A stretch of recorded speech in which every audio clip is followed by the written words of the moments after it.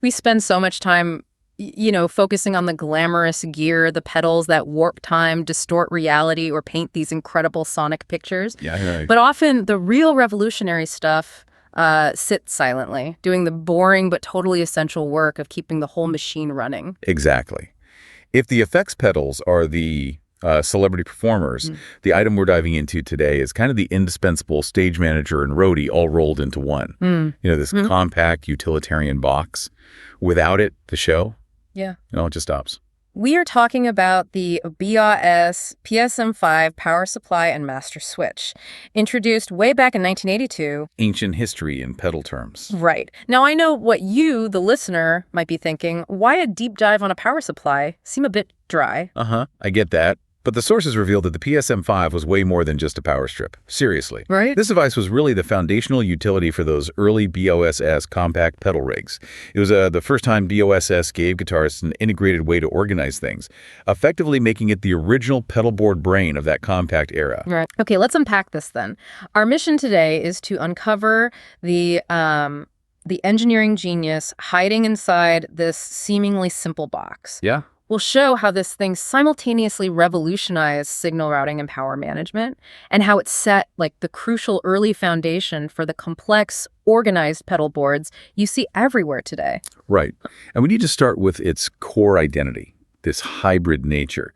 The PSM5 was designed from the ground up to be both a power distribution hub and a master signal routing utility. Which was needed because before this box existed, organizing a multi-pedal setup it was just an exercise in pure frustration, wasn't it? Oh, absolutely. The power chaos of the early 80s was real. Yeah. I mean, if you had 5 or 6 BOSS pedals back then, Yeah. you had 2 basic choices. Either buy 5 or 6 individual wall warts, those big clunky adapters cluttering your stage, complicating setup. Right there. Or you were constantly feeding them expensive 9-volt batteries, which, for touring musicians, that was just unsustainable. Right, draining batteries constantly.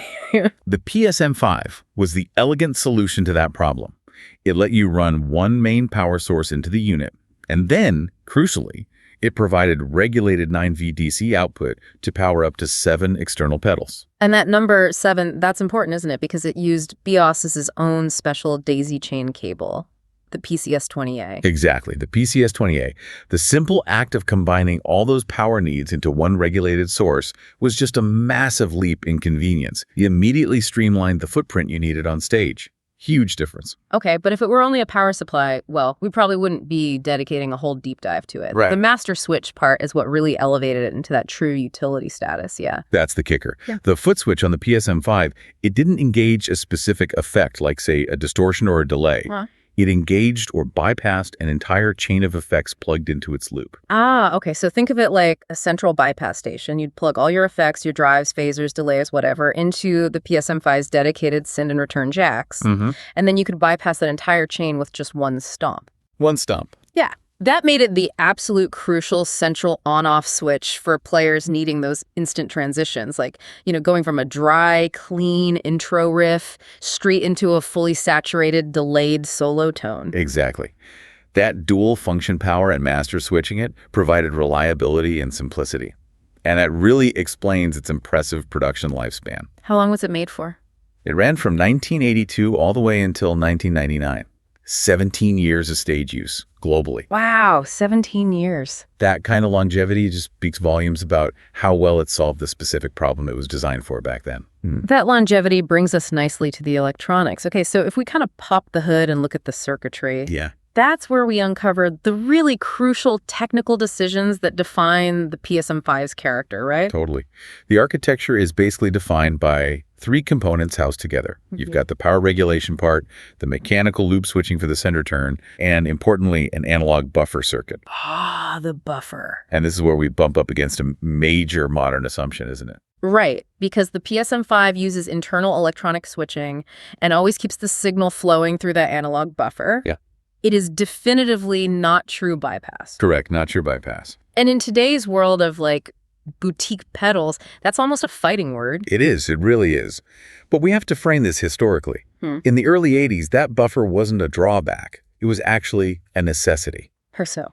Well, if you connect, say, 5 or 6 vintage pedals, many of which weren't true bypass themselves, in series, especially with long cables running to your amp, Yeah. You experience what people commonly call tone suck. Okay, for listeners who might not have run into that phrase, tone suck, what does it actually sound like? It's that dreaded loss of high-end clarity. Your Yeah. bright, articulate guitar tone just becomes dull, kind of veiled, flat. It's like someone threw a blanket over your amplifier. Ugh, yeah, not good. Not good at all. Yeah. And it happens because the capacitance and long cables and all that passive circuitry just drains the highest frequencies from your signal. So the buffer in the PSM5 is the superhero here. It saves the day. Absolutely. The PSM5's buffer is an active circuit. Its job is to refresh the signal. It prevents that high frequency loss by acting as a strong output stage. Ah. So it ensures that even if you have complex loops or, 20-foot cables running across a stage, the signal integrity remains intact. And the sources describe the tone how? Consistently described as transparent and clean. Because the buffer did its job. It saved the high end. BOSS, back then, was clearly prioritizing stability and practical road readiness over some theoretical idea of signal purity. I appreciate that historical perspective. It makes sense. They knew their audience needed something that just worked. Every time. Flawlessly. That reliability was absolutely everything. Now, let's talk about maybe the single most common point of confusion regarding the PSM5 today. Okay. Which is its power requirement. It was designed originally to run on the older ACA adapter standard from BSS. Ah, okay. This is a critical technical insight for anyone picking up vintage gear today. So let's spend a moment here. We have ACA and PSA. What are they, and why does it matter so much with the PSM5? Right, so ACA stands for adapter AC. That was the older, unregulated BOSS adapter system.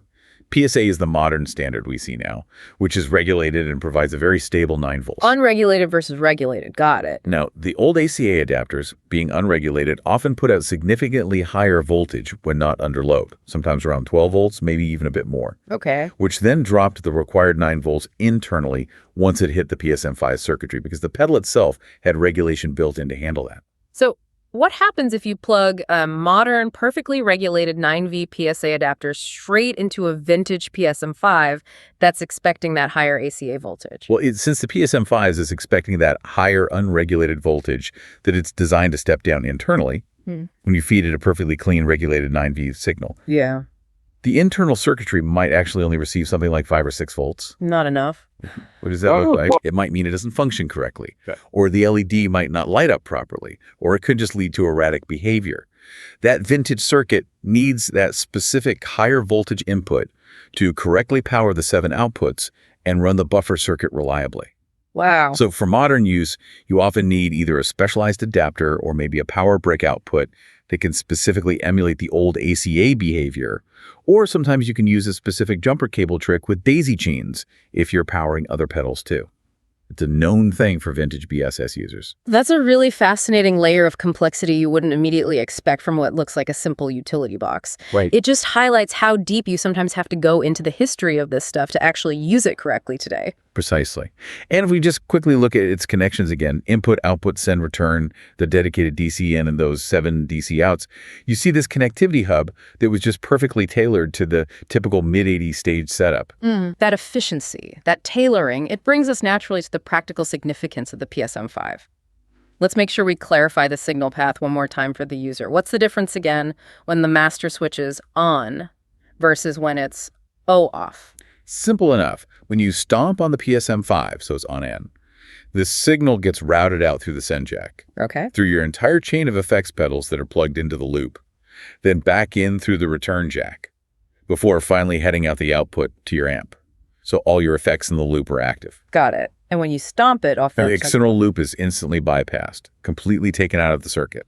The signal flows directly through the pedal's internal buffer, straight from the input jack to the output jack. So all those external drives and modulation pedals in the loop are completely out of the way electronically? Exactly. Yeah.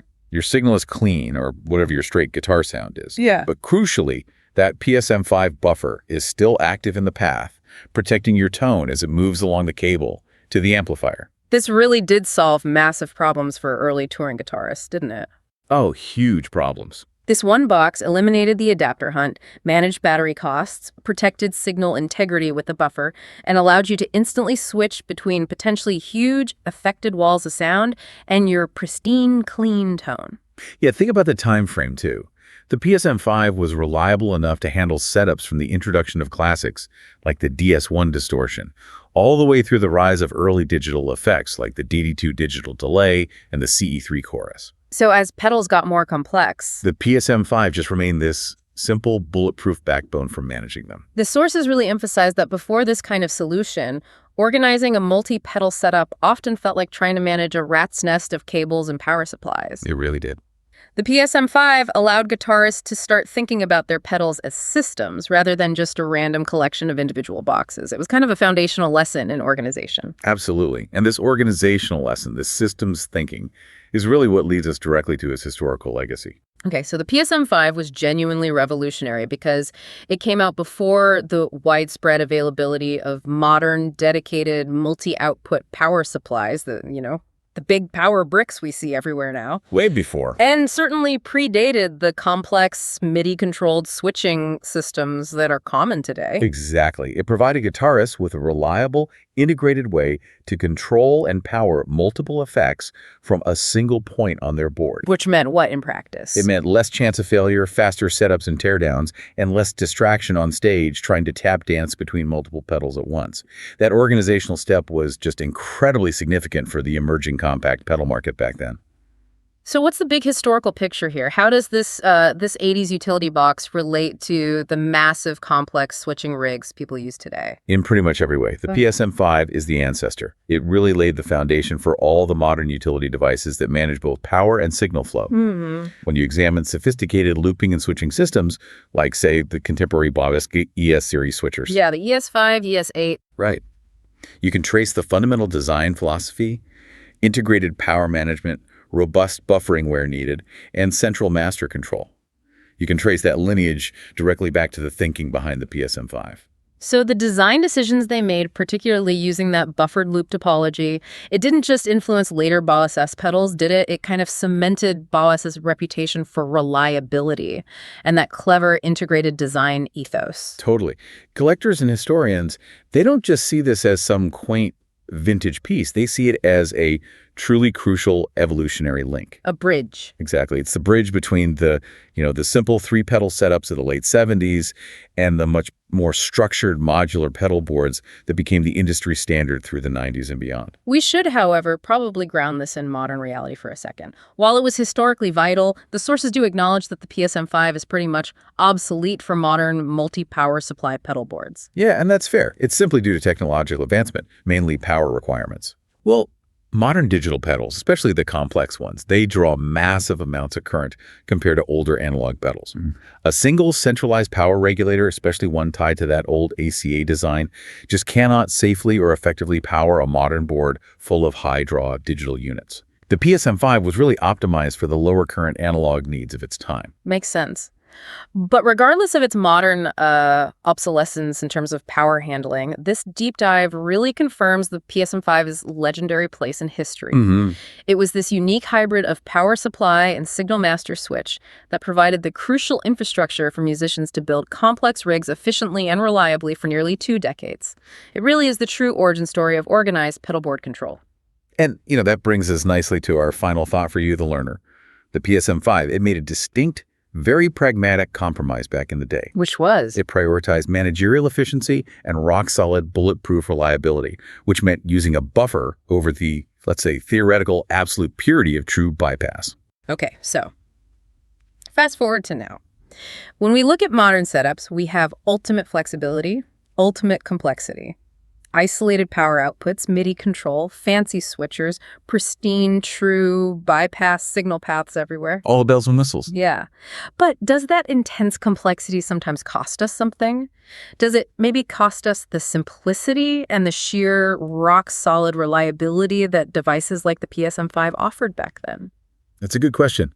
What is the ideal balance for you today between chasing that perfect, pure signal, absolute tonal purity, and managerial ease, just making sure the whole setup works reliably every single night without fuss? Something to think about. Maybe take a look at the unsung utility heroes on your own setup. They might not be the loudest or flashiest part of your rig. Definitely not. But they're probably the ones holding the whole show together. Worth appreciating. Thanks for diving deep with us into the heart of early pedalboard organization. We'll catch you next time.